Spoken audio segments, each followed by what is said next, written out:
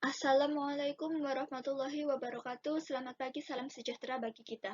Yang terhormat Ibu Karunia Galih Permadani, Sarjana Pendidikan Magister Sains, dan Ibu Dian Fajar Susilaningrum, Sarjana Pendidikan Magister Sains, serta teman-teman pendidikan Biologi 601 yang kami sayangi dan kami banggakan. Pada pertemuan kali ini, kita akan membahas mengenai Bioteknologi Pertanian 2 atau tentang teknologi tanaman transgenik.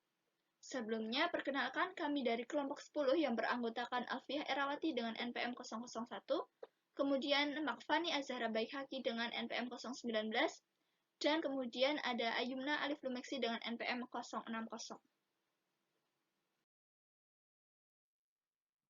Adapun pokok bahasan yang akan kita bahas pada pertemuan kali ini, yang pertama ada Genetically Modified Organisms atau GMO, yang kedua ada pengertian tanaman transgenik, yang ketiga ada tujuan mikroba transgenik, yang keempat ada tanaman transgenik hasil rekayasa genetika, yang kelima ada sejarah tanaman transgenik, yang keenam ada perbedaan pemulihan tanaman konvensional dan tanaman transgenik, yang ketujuh ada produksi tanaman transgenik, yang kedelapan ada perkembangan tanaman transgenik di dunia.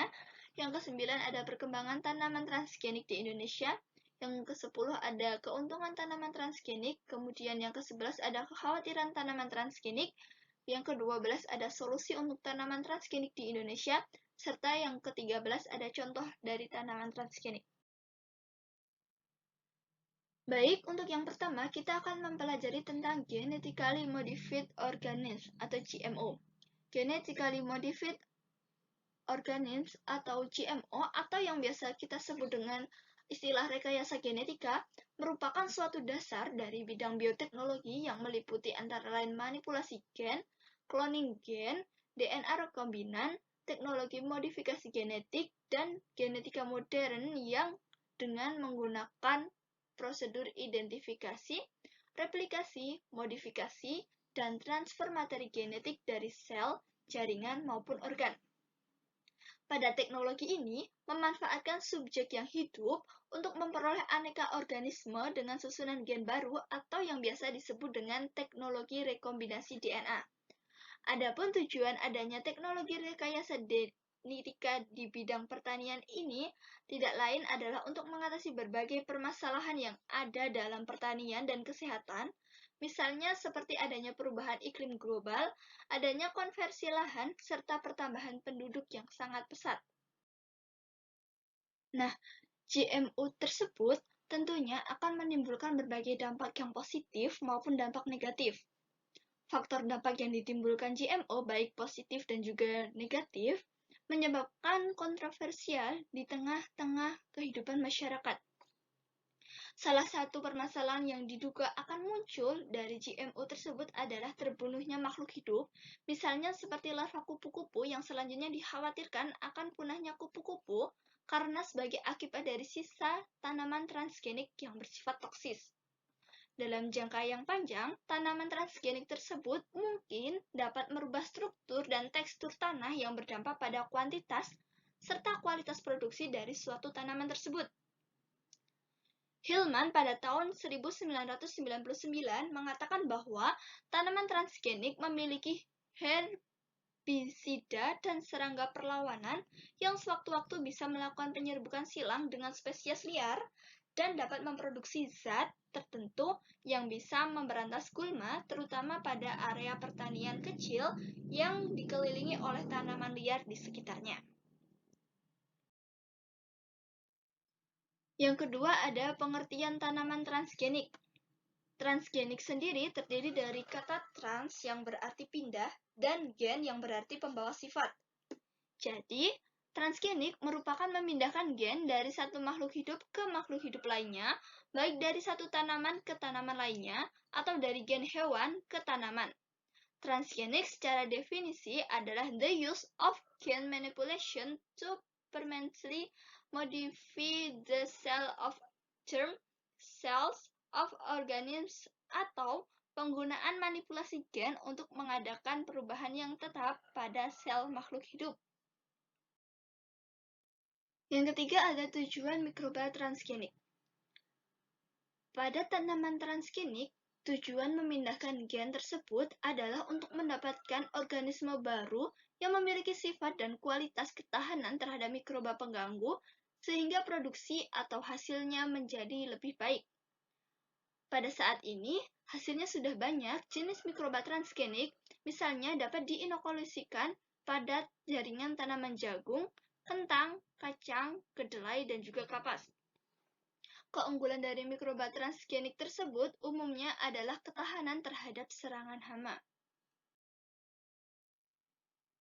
Yang keempat yaitu tanaman transgenik hasil rekayasa genetika. Tanaman transgenik merupakan tanaman hasil rekayasa di mana diintroduksi seutas atau sepotong DNA dari organisme lain pada genom tanaman tersebut.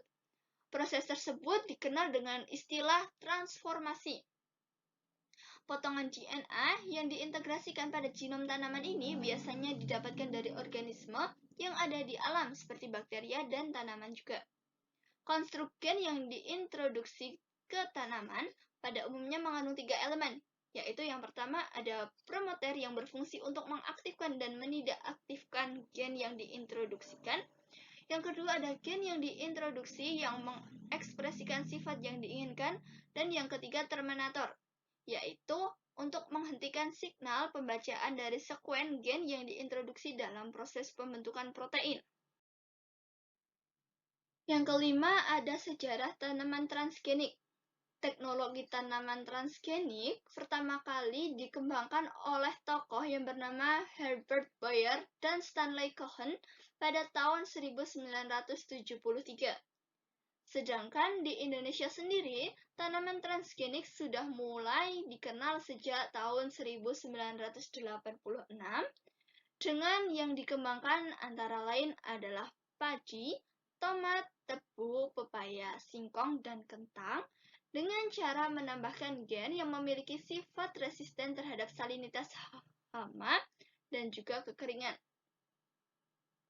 Pengembangan produk tanaman transgenik di Indonesia melibatkan beberapa universitas seperti Universitas Pajajaran, Institut Pertanian Bogor, dan juga Universitas Jember, serta peran aktif lembaga riset seperti LIPI dan ICA Biogard. Produk-produk rekayasa yang telah dibuat akan didaftarkan terlebih dahulu untuk mendapatkan hak paten pada Dirjen HAKI atau hak kekayaan intelektual. Dengan demikian, sebelum mendaftarkan produknya, pemohon diharapkan benar-benar mengetahui bahwa produk yang didaftarkan adalah produk yang baru. Yang keenam adalah perbedaan pemuliaan tanaman konvensional dan tanaman transgenik. Pemuliaan tanaman konvensional maupun transgenik itu sama-sama bertujuan mendapatkan individu tanaman dengan karakter unggul yang secara genetis sudah mengalami modifikasi. Akan tetapi terdapat perbedaan antara pemuliaan tanaman konvensional dengan tanaman transgenik dalam hal modifikasi yang terjadi pada genom tanaman. Pemuliaan tanaman secara konvensional itu menggunakan cara persilangan untuk mendapatkan individu tanaman unggul. Sedangkan pada tanaman transgenik itu melakukan modifikasi genetis secara langsung dengan melakukan insersi gen asing atau yang membawa sifat unggul yang kita inginkan langsung ke genom tanaman. Terdapat perbedaan pemuliaan tanaman konvensional dengan pemuliaan tanaman secara transgenik, yaitu yang pertama, pemuliaan tanaman secara konvensional. 1. Gen yang dipindahkan itu berasal dari spesies yang sama. 2. Pemindahan gen melalui perkawinan interspesies. 3. Terjadi secara alamiah dan lambat. 4. Modifikasi genetis terjadi secara acak. Lalu yang kedua, pemulihan tanaman secara transgenik. Yang pertama, gen yang dipindahkan berasal dari spesies yang berbeda. 2. Pemindahan gen melalui rekayasa genetika tanaman. 3. Dilakukan secara buatan dengan mengintroduksi gen baru pada tanaman yang sesuai dengan yang kita inginkan dan sangat cepat. 4. Modifikasi genetis itu secara terarah. Yang ketujuh adalah produksi tanaman transgenik. Produksi tanaman transgenik melibatkan beberapa tahapan dalam teknik biologi molekuler, menurut Herman tahun 1996. Pada gen yang sudah diisolasi harus dikonstruksi dalam suatu vektor plasmid untuk ditransfer ke tanaman melalui teknik transfer gen. Seperti yang dicontohkan pada gambar di samping, ada gambar transfer gen target ke gen tanaman. Plasmid yang digunakan untuk transformasi tanaman tidak hanya mengandung gen dari sifat yang digunakan, tetapi juga mengandung gen marka untuk seleksi, seperti gen ketahanan terhadap herbisida atau antibiotik. Adanya gen marka memudahkan untuk seleksi sel yang ditransformasi. Untuk keberhasilan transformasi itu, rangkaian gen yang diintroduksi ke dalam tanaman harus dapat disisipkan ke genom tanaman, diekspresikan, dan tetap terpelihara dalam seluruh proses pembelahan sel berikutnya. Tahap terakhir adalah sel atau jaringan tanaman yang ditransformasi tanaman. Regenerasi tanaman itu dapat dilakukan dengan organogenesis atau embriogenesis. Tanaman transgenik perlu dikarakterisasi secara molekuler untuk mengkonfirmasi integritas gen yang diintroduksi dengan menentukan jumlah kopi dalam genom tanaman. Tanaman itu juga perlu dikarakterisasi secara biokimia untuk menemukan atau menentukan apakah gen itu berfungsi dengan benar. Setelah tahapan biologi sel dan biologi molekuler dilalui, tanaman transgenik itu perlu dikarakterisasi sifat yang diinginkan di laboratorium. Yang kedelapan, mengenai perkembangan tanaman transgenik di dunia. Luas area tanaman transgenik tahun 2001 di dunia itu mencapai 52,6 juta hektar menurut James tahun 2001. Bahwa data menunjukkan sampai pada tahun 2014, tanaman transgenik itu telah ditanam oleh 18 juta petani di 28 negara dengan luasan area sebesar 181,5 juta hektar, meningkat 6,3 juta hektar dibandingkan tahun 2013. Dan dari 28 negara, 19 negara itu telah menanam tanaman transgenik dengan total luasan 50 hektar.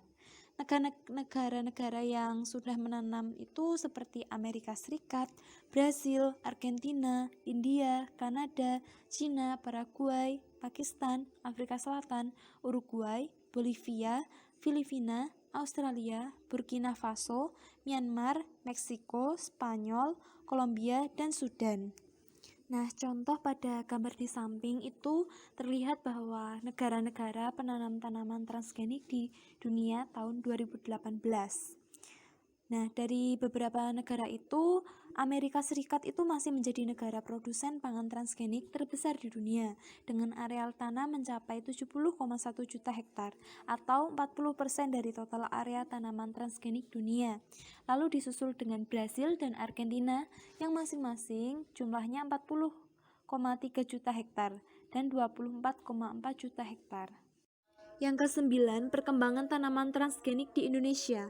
Indonesia merespon perkembangan tanaman transgenik pada tahun 1986 dengan mengeluarkan kebijakan untuk mendirikan Pusat Penelitian Bioteknologi yang dikenal dengan Pusat Antar Universitas di IPB, UGM, dan ITB, di samping BB Libang Bioteknologi dan LIPI. Di Indonesia, produk pertanian atau pangan transgenik itu masih berada di tataran riset dan pengembangan, belum pada tataran komersialisasi secara besar-besaran.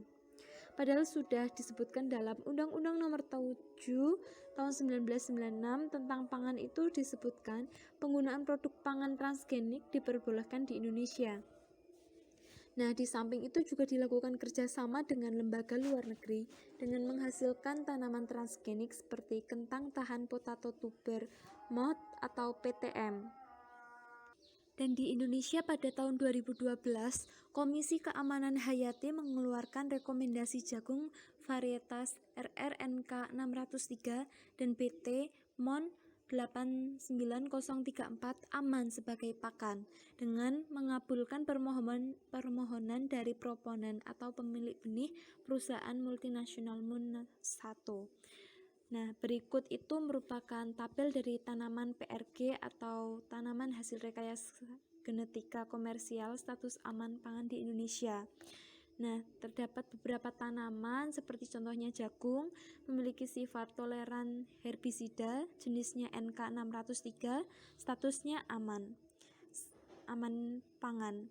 Nah, terlihat bahwa rekomendasi aman pangan Komisi Keamanan itu dan sertifikat aman pangan dari Kepala POM.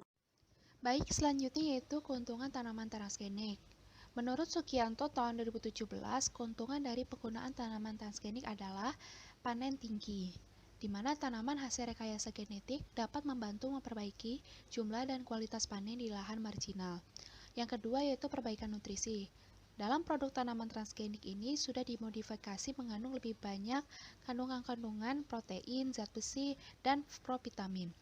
Yang ketiga, perbaikan kesehatan. Yang dimaksud adalah vaksin, di mana vaksin di dalam produk tanaman akan mempermudah produktivitas yang lebih tinggi dan pencapaian sasaran dan cakupannya itu lebih luas dalam penggunaannya. Yang terakhir yaitu sedikit bahan kimia, di mana kelebihan dari tanaman transgenik adalah hama akan terbasmi sendiri tanpa harus menggunakan inseksida atau herbisida dalam jumlah yang besar. Lalu selanjutnya kekhawatiran tanaman transgenik. Di samping banyak keuntungan yang diperoleh dari pemanfaatan tanaman transgenik, juga tidak menutup kemungkinan ada beberapa dampak negatif atau kekhawatiran yang ditimbulkan oleh tanaman transgenik, khususnya untuk dampak lingkungan. Menurut Mulatno, dampak negatifnya tersebut adalah munculnya hama target yang tahan terhadap inseksida. Meskipun tanaman transgenik sudah dirancang dapat membasmi hama perusak, juga tidak menutup kemungkinan berbalik menjadikan hama tahan terhadap inseksida atau bahan kimia. Yang kedua yaitu munculnya efek samping terhadap hama non-target. Gen yang disisipkan dalam tanaman transgenik dapat membunuh serangga lain yang secara alami justru menguntungkan tanaman tersebut. Yang ketiga terjadinya silang luar. Adanya fertilisasi antara tanaman transgenik dan non-transgenik lainnya, khususnya gulma, jika ini terjadi akan terjadi peluang munculnya supergulma yang tahan terhadap herbisida. Lalu, ada efek kompensasi. Tanaman transgenik yang tahan terhadap serangga hama tertentu dapat mengakibatkan berkembangnya hama lain yang justru merusak kandungan atau nutrisi di dalam tanaman transgenik. Selanjutnya yaitu solusi untuk tanaman transgenik di Indonesia. Tanaman transgenik adalah salah satu upaya dalam menyelesaikan permasalahan pangan, di mana prinsip kehati-hatian yang dapat dipertanggungjawabkan dengan menjaga keberlanjutan kelestarian lingkungan. Teknologi tanaman transgenik ini juga dapat diterapkan di Indonesia, di mana teknologi tanaman transgenik ini sudah banyak digunakan oleh negara lain, dan produknya juga diimpor dan masuk di Indonesia. Nah, sehingga produk pertanian transgenik ini yang dari impor itu atau dari luar ini hampir tiap hari digunakan oleh masyarakat Indonesia. Berdasarkan kondisi tersebut, sebagai sebuah solusi untuk meningkatkan produktivitas pertanian adalah menerapkan teknologi tanaman transgenik di sektor pertanian yang lebih luas agar impor produk transgenik di Indonesia ini dapat berkurang, di mana berdasarkan penelitian Deswinta dan kawan-kawan 2015 menyatakan bahwa kebijakan penggunaan produk tanaman transgenik harus mengacu pada konsep pembangunan pertanian berkelanjutan, di mana dengan 5 dimensi keberlanjutan yaitu ekonomi, lingkungan, sosial, teknologi, dan hukum kelembagaan, di mana teknologi ini dapat diterapkan dengan syarat aplikasi tanaman transgenik di lapangan perlu manajemen yang dapat mengatur pola tanam tanaman transgenik dan non-transgenik. Yang kedua, penyediaan bibit tanaman transgenik dikendalikan dalam bentuk paket kemasan benih. Yang ketiga, perlunya kepastian hukum. Lalu, kedukungan pemerintah terhadap produk transgenik agar daya impor transgenik itu dapat berkurang. Dan yang terakhir, evaluasi rutin terhadap penerapan teknologi tanaman transgenik. Selanjutnya yang terakhir yaitu contoh tanaman transgenik, di mana produk-produk tanaman transgenik ini sudah banyak dihasilkan dan dikembangkan. Nah, ini beberapa contoh produk hasil dari tanaman transgenik yang berkembang atau yang digunakan oleh masyarakat Indonesia, yaitu yang pertama padi. Padi yang dikenal ini dengan sebutan golden rice atau padi emas, di mana modifikasi dari padi ini mengandung provitamin A dalam jumlah yang tinggi dengan gen dari tumbuhan narsis, jagung, dan bakteri Erwinia disisipkan pada kromosom padi. Lalu yang kedua, jagung kapas kentang dimodifikasi tahan terhadap hama dengan gen toksis BT dari bakteri ditransfer ke dalam tanaman. Lalu tembakau. Tembakau ini dimodifikasi tahan terhadap cuaca dingin supaya tumbuhan itu tetap segar dengan gen mengatur pertahanan pada cuaca dingin dari tanaman Arabiopsis Thaliana atau cyanobacteria dimasukkan ke tembakau. Lalu yang terakhir tomat, di mana dimodifikasi supaya tomat itu pelunakannya ini diperlambat sehingga tomat dapat disimpan lebih lama dan tidak cepat busuk dan teksturnya tetap segar, tidak lembek. Dengan dimodifikasi, gen khusus yang disebut dengan antineses ditransfer ke dalam tomat untuk menghambat enzim poligalaktonase, di mana enzim ini yang dapat mempercepat kerusakan dinding sel tomat. Selain menggunakan gen dari bakteri E. coli, tomat transgenik ini juga dibuat dengan dimodifikasi gen yang telah dimilikinya secara alami, sehingga penggabungan ini dapat dimodifikasi sifatnya lebih baik dan lebih terjaga. Sekian presentasi dari kelompok kami, kurang lebihnya mohon maaf, baik dari pemaparan dan penyampaian materi, kurang lebihnya mohon dimaafkan. Kami tutup, selamat beraktivitas, selamat pagi, wassalamualaikum warahmatullahi wabarakatuh.